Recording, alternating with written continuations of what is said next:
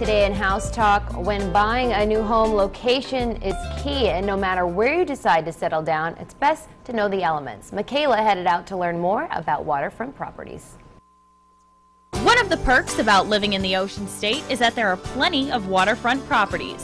In addition to different types of insurance, there are a few other things you should keep in mind before you move in. Another thing to consider as well is if you're in an area that's serviced by a septic system or a cesspool that doesn't have a sewer line. If there's any problem with that, you are going to have to get that retrofitted before you're allowed to most likely purchase the property. Living in a waterfront home means more than just gorgeous views of the ocean or bay. Don't forget about the higher taxes. Taxes are a lot more expensive.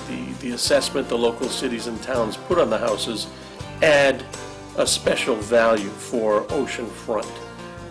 More desirable, the houses are generally more expensive as well. And while the price may be a bit higher than other homes, waterfront properties are great for access to the water.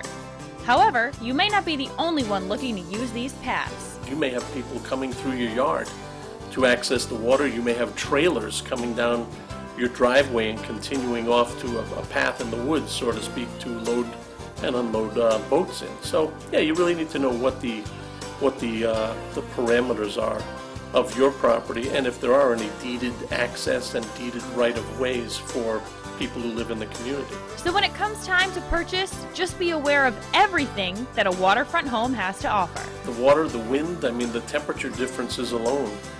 In the wintertime you can have a warm breeze blowing off of the water, so you're not going to get as much snow accumulation.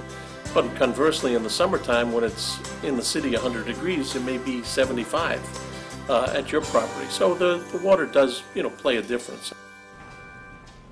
Stephen Antoni also mentions that when buying a waterfront home, be aware of the light that reflects off of the water. It can lead to lots of fading to the carpets and walls. For more on waterfront property, you can head to foxprovidence.com.